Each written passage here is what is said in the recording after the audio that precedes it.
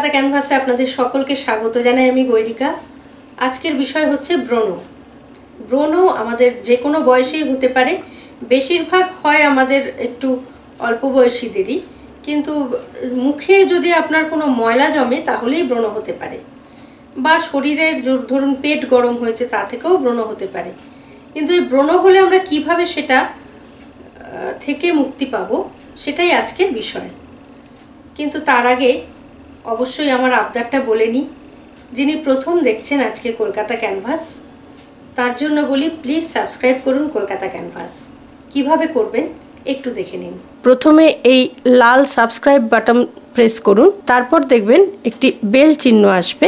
এই বেল চিহ্নটায় এবার প্রেস করুন। এতে আপনি সবার প্রথম ভিডিওর আপডেট পেয়ে যাবেন। সাবস্ক্রাইব করার জন্য ধন্যবাদ।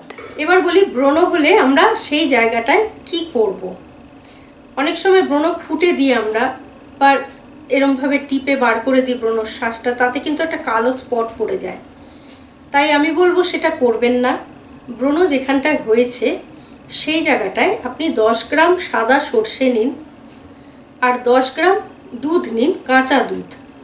তাহলে 10 গ্রাম সাদা সর্ষে আর 10 গ্রাম কাঁচা দুধ নেবেন।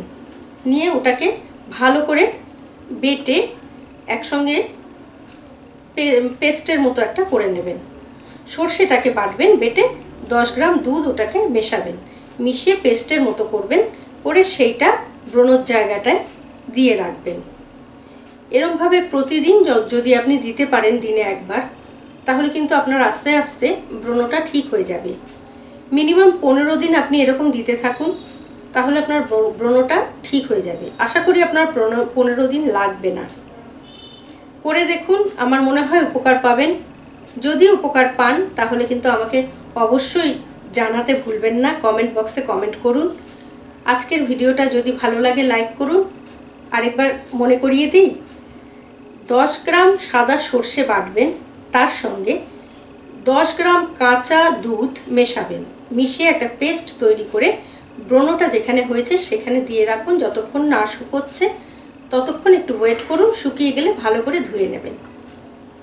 আশা করি ভালো লাগবে আজকের ভিডিও। যারা এখনো সাবস্ক্রাইব করেননি, যাওয়ার আগে তাদেরকে আবার আবদারটা জানাই, প্লিজ সাবস্ক্রাইব করুন কলকাতা ক্যানভাস। ভালো থাকুন, সুস্থ থাকুন, সকলকে ভালো রাখুন। নমস্কার।